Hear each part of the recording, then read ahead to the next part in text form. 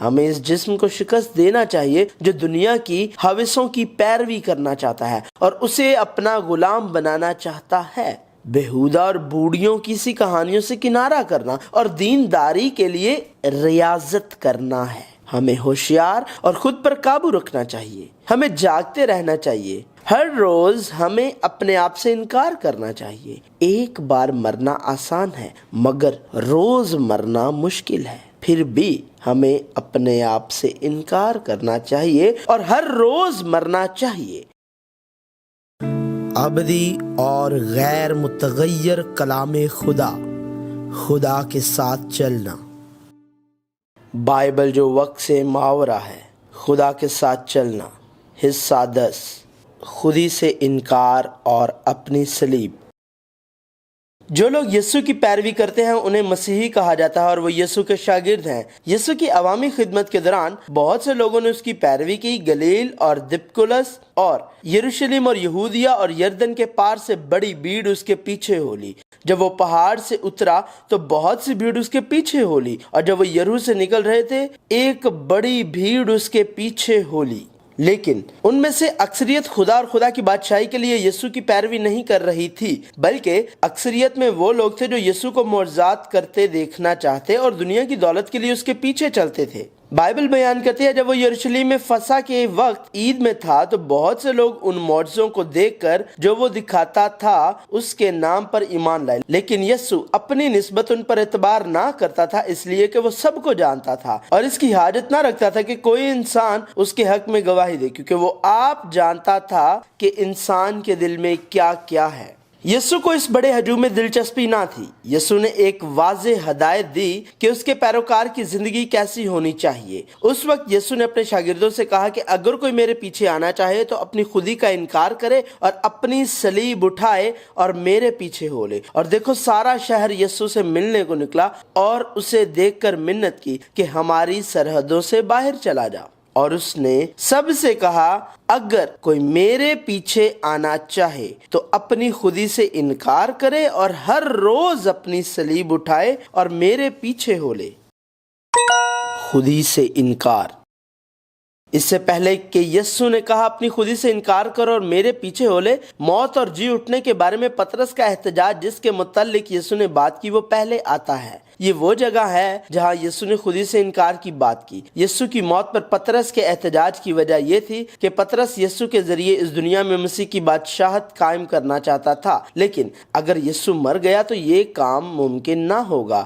لہٰذا اپنے آپ کا انکار کرنا اس بادشاہت سے انکار کرنا ہے جسے ہم اس دنیا میں قائم کرنے کی کوشش کر رہے ہیں۔ ہمارے خواب اور امیدیں جو ہم اس دنیا میں بنانا چاہتے ہیں وہ اس دنیا کے ہیں۔ یسوع نے واضح طور پر کہا میری بادشاہی اس دنیا کی نہیں۔ اگر میری بادشاہی دنیا کی ہوتی تو میرے خادم لڑتے تاکہ میں یہودیوں کے حوالے نہ کیا جاتا، مگر اب میری بادشاہی یہاں کی نہیں۔ خدا کے لوگوں کے لیے یہ دنیا ایک عارضی جگہ ہے جہاں سے وہ بطور پردیسی گزر رہے ہیں۔ جس طرح بنی اسرائیل اپنے روزانہ کی روٹی کے طور پر بیابان سے گزرے، خدا کے لوگوں کو اس دنیا سے روٹی کے ساتھ جو خدا دیتا ہے گزرنا چاہیے۔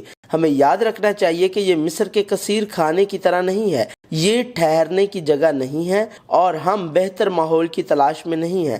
اس دنیا کی خواہش اور لطف اندوز ہونے کی خواہش یہ ایسی چیز ہے جس سے ہمیں انکار کرنا چاہیے۔ لہٰذا یسوع کے یہ کہنے کے بعد کہ اپنی خودی سے انکار کرے اور میرے پیچھے ہو لے، اس نے کہا جو کوئی اپنی جان بچانا چاہے وہ اسے کھوئے گا، اور جو کوئی میری خاطر اپنی جان کھوئے وہی اسے بچائے گا۔ آخر میں وہ ایک ہی بات کہہ رہا ہے، خدا کے لوگ اس زمین پر رہتے ہیں لیکن ہمیں یہ جاننے کی ضرورت ہے کہ اس زمین پر زندگی وہ زندگی نہیں جو ہم ہمیشہ کے لیے حاصل کریں گے۔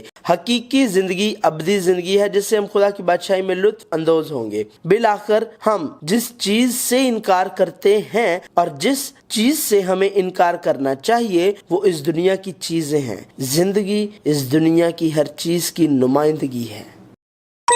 اپنی صلیب اٹھانا۔ یسوع نے کہا کہ اگر ہم اس کی پیروی کرنا چاہتے ہیں تو ہمیں اپنی خودی سے انکار کرنا چاہیے اور اپنی صلیب اٹھا کر اس کے پیچھے چلنا چاہیے۔ ہماری صلیب انفرادی بلاہٹ ہے جو ہمیں سونپی گئی ہے۔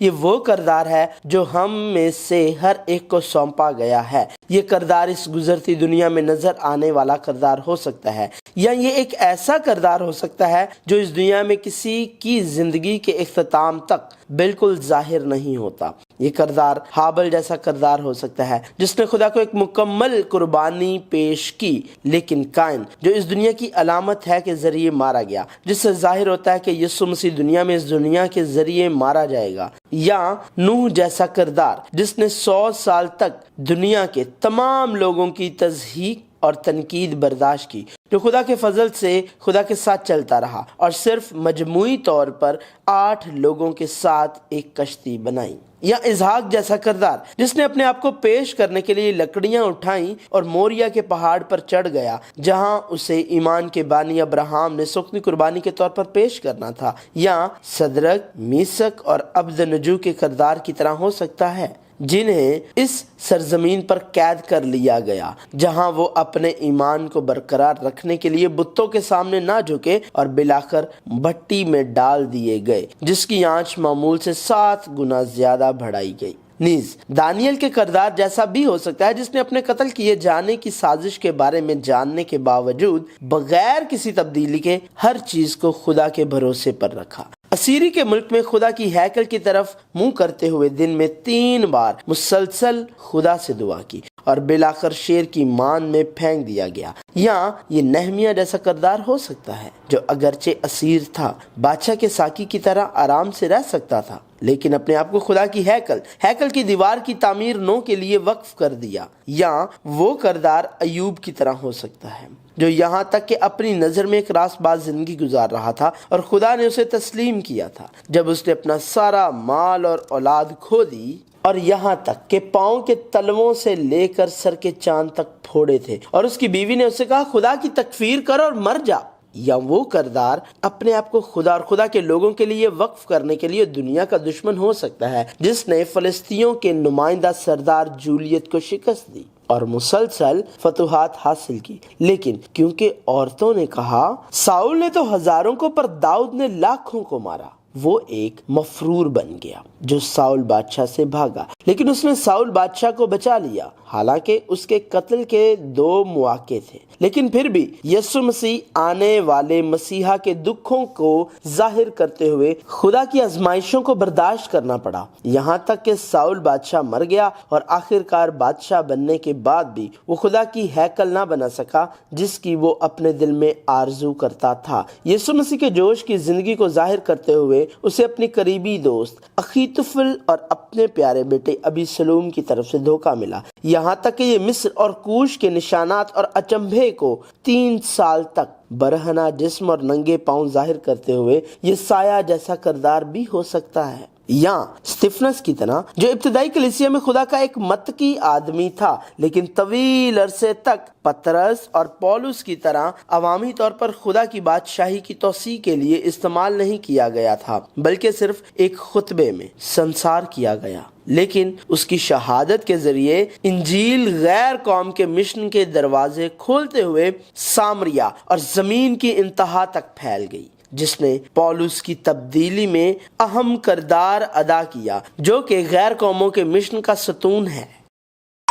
اپنا خون بہانے تک لڑو، لیکن ہم وہ کردار نہیں چاہتے، کیونکہ جو کردار مسیحیوں کو ادا کرنا ہے وہ میرے اور میرے ملک کے لیے نہیں بلکہ خدا اور خدا کی بادشاہی کے لیے ہے۔ ہم کہتے ہیں کہ ہم خدا کی بادشاہی کی خدمت کرتے ہیں اور یہ کہ ہم خدا کے لوگوں کی خدمت کرتے ہیں، لیکن اگر ہم اس کی گہرائیوں میں جائیں تو ہمیں معلوم ہوتا ہے کہ ہم اپنی بادشاہی بنا رہے ہیں۔ خدا کی بادشاہی اس وقت تک پھل نہیں دے سکتی جب تک ہم مرے نہ، اور جب ہم مریں گے تو وہ پھل دے سکتی ہے۔ اسی لیے یسوع نے کہا اپنی صلیب اٹھانے سے پہلے اپنی خودی سے انکار کرو۔ اپنے آپ سے انکار بالآخر یہ تسلیم کرنا کہ ہم جو کہ فطرتاً گنہگار ہیں نہ بادشاہ ہیں اور نہ ہی آقا، اس لیے اپنے آپ کو جھٹلا کر ہم بلا کر خود پسندی سے الگ ہو رہے ہیں اور خدا کے لوگوں سے محبت اور اپنے دشمنوں سے محبت کر رہے ہیں، کیونکہ دنیا میں جو کردار ہمیں